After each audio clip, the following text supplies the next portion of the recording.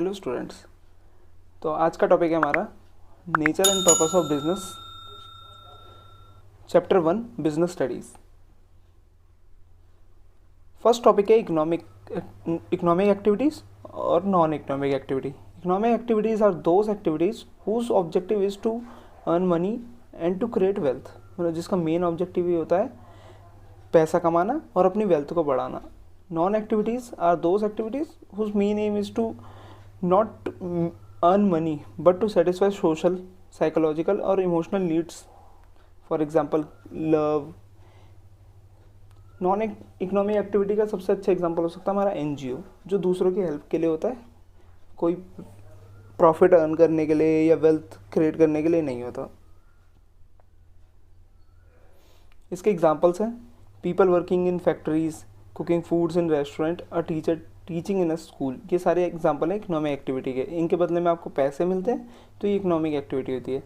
अब non economic activity का example है a house wife cooking food for her family. ये वो सिर्फ अपनी सोशल, साइकोलॉजिकल, इमोशनल नीड्स को सेटिस्फाई कर रही है, इसमें कुछ उसको पैसे नहीं मिलते। A teacher training his daughter at home. तो ये एग्जाम्पल है नॉन इकोनॉमिक एक्टिविटी के। अगला concept of business. Business refers to economic activities involving the purchase, production and sale of goods and services with the motive of earning profit by satisfying human needs in society. Business refers to those economic activities. Business एक ऐसी economic activity है जिसमें involve होता है आपका purchase, production, sale of goods and services, और इसका main motive हमारा होता है earning profit by satisfying human needs in society.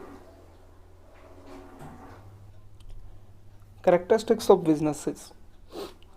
Characteristics क्या है? पहला है एन इकोनॉमिक एक्टिविटी। बिजनेस एक इकोनॉमिक एक्टिविटी है with the purpose of profit, हम इसमें आते हैं तो ये इकोनॉमिक एक्टिविटी है, इसमें मनी इन्वॉल्व होता है, तो ये इकोनॉमिक एक्टिविटी है। सेकेंड है production of goods and services. Business में कैरेक्टरिस्टिक है, सेकेंड कैरेक्टरिस्टिक है production of goods and services.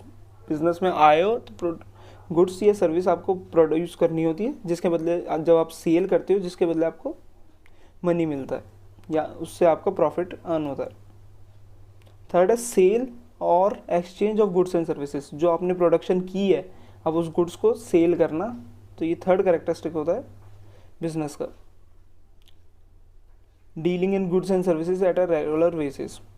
Regular basis पे आप बेच सकते हैं, सिर्फ एक ट्रांजैक्शन करके आपको रुकना नहीं है कि ये एक ट्रांजैक्शन हो गई तो बस एक बार प्रॉफिट कमाया फिर रुकना नहीं होता। डे टू डे बेसिस पे आपकी सेल और परचेस चलती है, प्रोडक्शन चलती है बिजनेस के अंदर। फिफ्थ है प्रॉफिट अर्निंग। मेन पर्पस हमारा बिजनेस का होता है अर्न प्रॉफिट। बिजनेस प्रॉफिट के बिना सर्वाइव कर ही नहीं सकता, तो आपका मेन मोटिव होता है प्रॉफिट अर्न करना। नेक्स्ट है अनसर्टेनिटी ऑफ रिटर्न्स। आपको कभी भी पूरा पता नहीं होता कि आपको कितना रिटर्न मिलेगा, कितना परसेंट आपको रिटर्न मिलेगा, कि आपका प्रॉफिट इस बार आएगा कि नहीं आएगा, तो आपको नहीं पता होता। इसमें होता है अनसर्टेनिटी ऑफ रिटर्न, मतलब रिटर्न कितना आएगा आपको कुछ नहीं पता। आपको लॉस भी हो सकता है, प्रॉफिट भी हो सकता है, कम प्रॉफिट हो सकता है, ज़्यादा प्रॉफिट हो सकता है, और हर बार अलग अलग प्रॉफिट हो सकता है। जितना आपके सेल रहेगी उसके हिसाब से आपको प्रॉफिट होता है। Element of risk. Business is full of risk because of the uncertainty of future. कुछ फ्यूचर किसी को नहीं पता होता, तो फ्यूचर में कुछ भी हो सकता है, तो वो हमारे लिए एक रिस्क होता है। तो बिजनेस एक एलिमेंट ऑफ रिस्क है, फुल ऑफ रिस्क है। कुछ रिस्क ऐसे होते हैं जो आप कंट्रोल कर सकते हैं, कुछ रिस्क होते हैं जो आप नहीं कंट्रोल कर सकते। जैसे फ्लड आप कंट्रोल नहीं कर सकते, वो नेचुरल डिजास्टर है तो वो आती है। जैसे कुछ रिस्क हैं जो आप कंट्रोल कर सकते हैं, लाइक स्ट्राइक्स, फायर, थेफ्ट, ये सब आप कंट्रोल कर सकते हैं।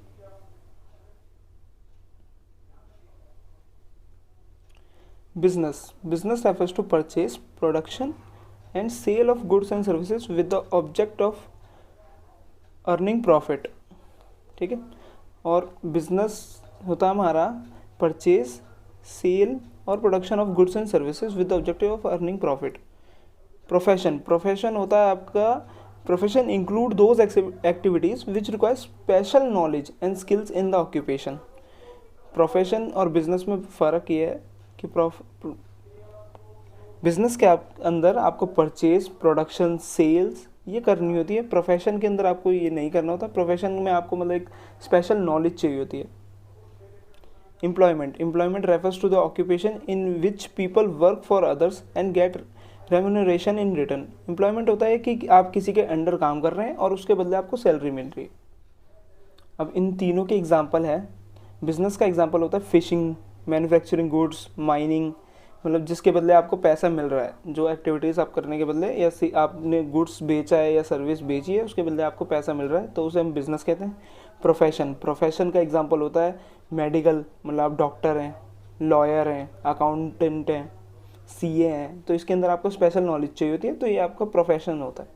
एम्प्लॉयमेंट के अंदर आपका एग्जांपल है वर्कर, एम्प्लॉई, सेल्समैन। किसी कंपनी में आप वर्कर हैं या सेल्समैन हैं जिसके बदले आपको एक सैलरी मिलती है, तो आप उसे एम्प्लॉयमेंट कहते हैं।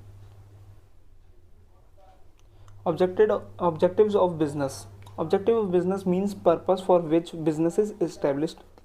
किस लिए आपने बिजनेस बनाया है उसे हम ऑब्जेक्टिव ऑफ बिजनेस कहते हैं। तो बिजनेस के बेसिकली दो ऑब्जेक्टिव होते हैं, इकोनॉमिक ऑब्जेक्टिव और सोशल ऑब्जेक्टिव।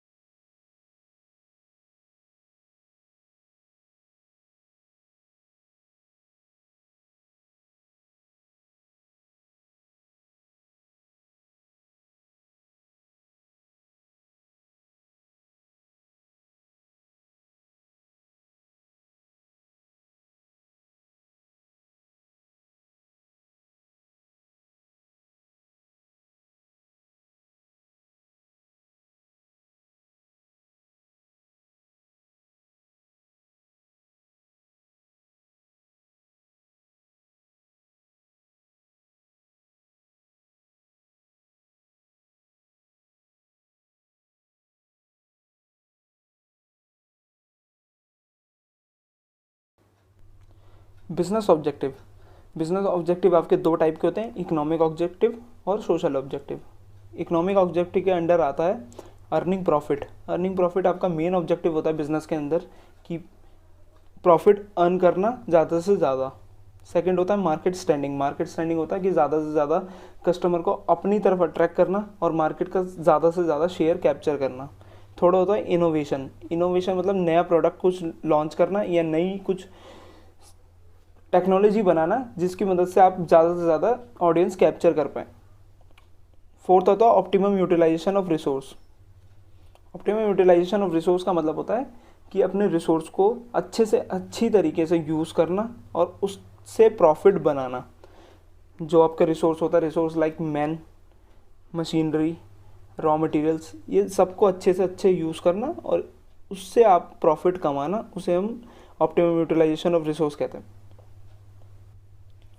लास्ट होता है इम्प्रूविंग प्रोडक्टिविटी, मतलब अपनी प्रोडक्टिविटी को अच्छा से अच्छा करना और जो आपकी कॉस्ट लगती है उसको बनाने में, प्रोडक्ट को बनाने में, उसे कम करना। अपनी प्रोडक्टिविटी को बढ़ाना और कॉस्ट को कम करना जिसकी मदद से आपका प्रॉफिट कमाने में हेल्प होती है। नेक्स्ट होता है हमारा सोशल ऑब्जेक्टिव के अंदर आता है quality goods and services at fair price. मतलब जो आप गुड्स बना रहे हैं, क्वालिटी प्रोडक्ट बनाएंगे, मतलब हाई क्वालिटी का प्रोडक्ट बनाएंगे और उसे या सर्विस जो आप देंगे उसे फेयर प्राइस पे देंगे। लीगल जो प्राइस होता है या गवर्नमेंट ने जो सेट करा है प्राइस, या एक जो फेयर प्राइस बनता है उसका, उस पे आप उसको सेल करेंगे। नेक्स्ट होता है avoidance of anti social and unfair fraud practices. जो आप एंटी सोशल और अनफेयर फ्रॉड प्रैक्टिसेस होती है उसको अवॉइड करेंगे। जैसे कि आप जो ऐड में अब दिखाया है कि प्रोडक्ट हम ये बेच रहे हैं और उसके बदले में आपको कुछ और मिल जाता है या कुछ मतलब वैसा सिमिलर नहीं मिल पाता, तो उसको ये अवॉइड करते हैं और जो आपको जो दिखाया जा रहा है, जो आपको बताया जा रहा है, वही आपको सेल करते हैं। उसके बाद होता है जनरेशन ऑफ एम्प्लॉयमेंट मतलब एम्प्लॉयमेंट जनरेट करेंगे, सोसाइटी के लिए नई नई जॉब्स लाएंगे। तो ये होता है सोशल ऑब्जेक्टिव के अंदर जनरेशन ऑफ एम्प्लॉयमेंट। नेक्स्ट होता है एम्प्लॉय वेलफेयर। जो आपके एम्प्लॉई हैं उनका वेलफेयर मतलब उनको अच्छे से अच्छे ट्रीट करेंगे, क्योंकि एम्प्लॉय आपके बेस्ट रिसोर्स होते हैं किसी भी बिज़नेस के अंदर, तो आप उसको अच्छे से यूटिलाइज़ करेंगे, उनका पूरा ख्याल रखेंगे, या उनको मतलब कभी नहीं आने देंगे उनकी चीज़ों को, तो उसे कहते हैं एम्प्लॉय वेलफेयर। एम्प्लॉय वेलफेयर में आता है कि आप एम्प्लॉय को उसको प्रॉपर वेजेस देंगे, उसकी सैलरी देंगे, उसको एक अच्छा वर्किंग कंडीशन देंगे, वर्किंग नेचर देंगे जिसमें वो आराम से काम कर सके और आपको हेल्प करे एम्प्लॉयमेंट में और हेल्प करे प्रॉफिट कमाने में। अगला होता है कम्युनिटी सर्विस, मतलब जो आपकी सोसाइटी है आसपास उसकी हेल्प करें, तो वो भी सोशल ऑब्जेक्टिव के अंदर आता है जब कंपनी किसी भी सोसाइटी की हेल्प करती है। Role of profit in business, profit का रोल क्या है बिजनेस के अंदर? तो सबसे पहला होता है for long survival. Long survival में आपकी हेल्प करता है। बिजनेस में जितना आपको प्रॉफिट होगा उतनी आपको हेल्प होगी अपने बिजनेस को लंबे सफ़र तक चलाने के लिए। ठीक है। सेकंड होता है ग्रोथ और एक्सपेंशन, आपको हेल्प करता है ग्रोथ करने में और एक्सपेंशन करने में। ग्रोथ करने में जैसे कि आप कुछ नए मशीनरी खरीदना चाहते हैं जिसकी वजह से आपको ज़्यादा प्रॉफिट हो सकता है, और तो आप अपना प्रॉफिट उसमें यूज़ करते हैं और आपकी उससे ग्रोथ होती है। एक्सपेंशन मतलब आपने नया बिजनेस खरीद लिया या अपनी नई एक चेन खरीदी है या कोई नया प्रोडक्ट आप लॉन्च कर रहे हैं, तो उसमें भी आपको प्रॉफिट हेल्प करता है एक्सपेंशन करने में। फॉर इंक्रीजिंग एफिशिएंसी, आपकी एफिशिएंसी को बढ़ाने में वो हेल्प करता है। जैसे कि जब आपको प्रॉफिट होता है तो आप कंपनी एज अ बिज़नेस आप मोटिवेटेड होते हैं और आप अपना बेस्ट देने के लिए तैयार रहते हैं। तो आप जब तक आपको प्रॉफिट मिलता रहेगा तो आप पूरा अपना बेस्ट देंगे और उससे आपका एफिशिएंसी बढ़ेगी। फोर्थ, आपकी हेल्प करता है प्रेस्टीज और रिकग्निशन दिलाने में। Profit help business for gaining Prestige in a society. वो कैसे? जैसे आप कोई भी गुड क्वालिटी प्रोडक्ट बेचते हैं लो कॉस्ट रेट पे या रीजनेबल प्राइस पे कस्टमर को, तो वो आपको हेल्प करता है एक सोसाइटी में प्रेस्टीज दिलाने में, एक नाम दिलाने में, एक ब्रांड वैल्यू बनाने में। और वो तभी पॉसिबल है जब आपको अच्छा प्रॉफिट हो रहा होगा, तभी आप उसे बेच सकेंगे और उसे लो कॉस्ट पे बेच सकेंगे। Trade refers to the buying and selling of goods and services with the objective of earning profit। Trade का मतलब होता है बाइंग और selling of goods and services with the objective of, सिर्फ ऑब्जेक्ट होता है हमारा अर्निंग प्रॉफिट। तो ट्रेड, ठीक है। ट्रेड हमारे दो टाइप के होते हैं, इंटरनल ट्रेड और एक्सटर्नल ट्रेड। इंटरनल ट्रेड होता है जो विद इन अ कंट्री होता है और एक्सटर्नल होता है आउटसाइड द कंट्री होता है। इंटरनल ट्रेड के अंदर जो दो टाइप्स होते हैं वो होते हैं होलसेल ट्रेड और रिटेल ट्रेड। होलसेल ट्रेड होता है जब आप लार्ज क्वांटिटी में खरीदते हैं प्रोड्यूसर से और उसे सेल करते हैं आगे डीलर्स को, तो उसे हम कहते हैं होलसेल ट्रेड। रिटेल ट्रेड होता है जब आप होलसेल वालों से खरीदते हैं और उसे बेचते हैं आप कंज्यूमर्स को, जो अल्टीमेट कंज्यूमर होंगे, जो लास्ट कंज्यूमर होते हैं, उनको आप सेल करते हैं। एक्सटर्नल ट्रेड होता है ट्रेड बिटवीन टू कंट्रीज, और आउटसाइड अ कंट्री जब हम ट्रेड करते हैं उसे हम एक्सटर्नल ट्रेड कहते हैं। एक्सटर्नल ट्रेड में कैटेगरी होती है तीन, इंपोर्ट ट्रेड, एक्सपोर्ट ट्रेड और इंटरपोर्ट। तो इंपोर्ट ट्रेड होता है जब हम किसी कंट्री से कुछ सामान मंगाते हैं उसे हम इंपोर्ट ट्रेड कहते हैं, और एक्सपोर्ट ट्रेड होता है जब हम यहाँ से कुछ गुड्स और सर्विस सेल कर रहे हैं दूसरी कंट्री को, तो उसे एक्सपोर्ट ट्रेड कहते हैं। और इंटरपोर्ट ट्रेड होता है थर्ड, जैसे हमने बाहर की कंट्री से मंगाया और उसे बाहर ही सेल कर दिया। जैसे एग्जांपल, इंडियन कंपनी ने कुछ गुड्स मंगाए अमेरिका से और उसे सेल कर दिया नेपाल को, एक्सपोर्ट कर दिया नेपाल को, तो हम उसे कहते हैं interport trade. Business risk refers to the possibility of inadequate profit और even losses due to uncertainties और अनएक्सपेक्टेड इवेंट्स। बिजनेसेस को हम कहते हैं कि जब हमारे इनएडिक्वेट प्रॉफिट या लॉस होने लगे किसी अनसर्टेन या अनएक्सपेक्टेड चीज़ की वजह से, कोई इवेंट ऐसा हो गया जो आपको एक्सपेक्टेड नहीं था और उसकी वजह से आपको लॉस हुआ या आपका प्रॉफिट कम हो गया, तो हम उसे कहते हैं बिजनेस रिस्क।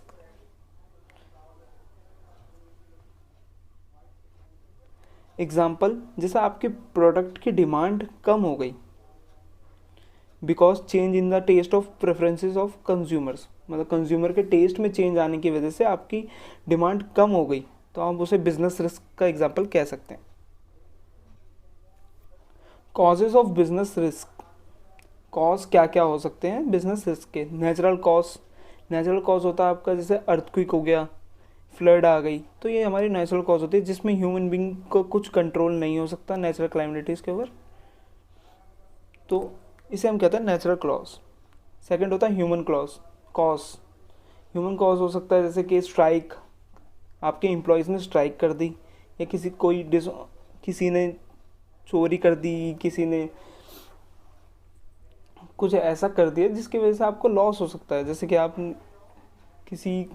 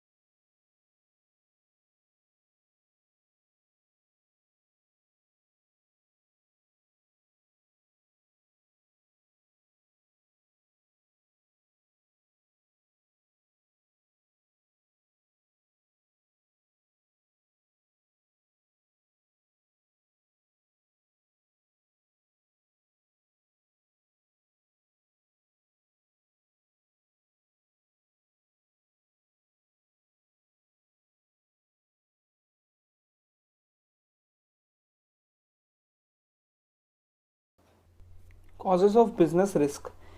फर्स्ट होता है हमारा नेचुरल कॉज। नेचुरल कॉज होता है लाइक फ्लड और अर्थक्वेक, जिसके ऊपर ह्यूमन बींग्स का ज़्यादा कंट्रोल नहीं होता, और जब भी ये होता है तो ये हैवी लॉस लाता है बिजनेस पे, आपकी प्रॉपर्टी के ऊपर और लाइफ के ऊपर। सेकंड होता है ह्यूमन कॉज। ह्यूमन कॉज होता है जैसे कुछ अनएक्सपेक्टेड इवेंट हो गया, लाइक आपके एम्प्लॉयज़ ने स्ट्राइक कर दी, एम्प्लॉयज़ ने काम करना बंद कर दिया है, कोई आपका केयरलेसनेस एम्प्लॉई है जिसने कुछ गलत कर दिया, या कोई आपका डिसऑनेस्ट एम्प्लॉई है जो आपके प्रॉफिट को कम बता रहा है या कम दिखा रहा है, जो ईमानदारी से काम नहीं कर रहा, उसकी वजह से जो कॉज रिस्क होता है उसे हम ह्यूमन कॉज बोलते हैं। नेक्स्ट होता है हमारा इकोनॉमिक कॉज। इकोनॉमिक कॉज होता है मार्केट कंडीशन में चेंज आ जाना। Example, change in a demand, मतलब कंज्यूमर की डिमांड ज़्यादा हो गई या कम हो जाना, उसे हम चेंज इन डिमांड कह सकते हैं। या प्राइस के अंदर चेंज होना, कंपटीशन बढ़ जाना, या टेक्नोलॉजी में चेंज हो जाना, तो हम उसे कहते हैं इकोनॉमिक कॉज। नेक्स्ट होता है हमारा फिजिकल कॉज। फिजिकल कॉज होता है कि मैकेनिकल डिफेक्ट्स हो गया, कुछ फेलियर हो गया, उसे हम कहते हैं फिजिकल कॉज। अदर कॉज के अंदर हमारा आता है जैसे कि पॉलिटिकल डिस्टर्बेंस हो गई, कोई फ्लक्चुएशन इन एक्सचेंज रेट हो गया। एक्सचेंज रेट जो मतलब हम मनी का प्राइस है, डॉलर का प्राइस है, वो बढ़ गया, हमारा इंडियन रुपीज़ का प्राइस गिर गया, कोई नया लॉ आ गया, रेगुलेशन आ गया, तो वो सब आता है अदर कॉज के अंदर। नेक्स्ट टॉपिक है स्टार्टिंग अ बिजनेस और बेसिक फैक्टर्स। बेसिक फैक्टर आपको क्या ध्यान में रखने चाहिए जब आप बिजनेस स्टार्ट करते हैं? तो सबसे पहले स्केल और size of business. Size of business के अंदर है कि आपको लार्ज स्केल बिजनेस खोलना है या स्मॉल स्केल बिजनेस खोलना है। तो आपको सबसे पहले ध्यान में रखना चाहिए, अगर आपको लार्ज स्केल बिजनेस खोलना है तो उसके लिए आपको हाई इन्वेस्टमेंट चाहिए, बड़ी ह्यूज इन्वेस्टमेंट चाहिए। और आपको अगर स्मॉल स्केल बिजनेस खोलना है तो आपको कंपैरेटिवली कम चाहिए। Second, choice of form of business organization, कि आपको कौन सी फॉर्म की बिजनेस ऑर्गेनाइजेशन खोलनी है। सोल प्रोप्राइटरशिप मतलब अकेले आपको खोलनी है, या पार्टनरशिप में आपको किसी से खोलनी है, या आपको पूरी एक कंपनी खोलनी है। थर्ड होता है लोकेशन ऑफ बिजनेस एंटरप्राइजेस। उसके बाद आपको लोकेशन सेलेक्ट करनी है कि आपको कहाँ पे अपना ऑफिस बनाना है या आपको कहाँ फैक्ट्री बनानी है।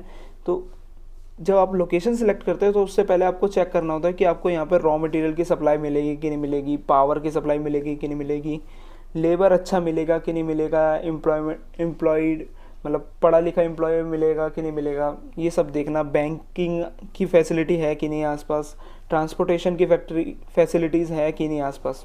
तो बिज़नेस लोकेशन चेक कर लेने से पहले आपको ये सब चेक करना पड़ता है। फोर्थ होता है फाइनेंशियल रिक्वायरमेंट। जब आप स्टार्टिंग में बिज़नेस खोलते हैं तो अगर आपने बड़ा कोई लार्ज स्केल बिज़नेस खोला है तो आपके लिए उसको ह्यूज इन्वेस्टमेंट चाहिए होती है। तो आप वो चेक करते हैं कि वो रिक्वायरमेंट कहाँ से पूरी होगी।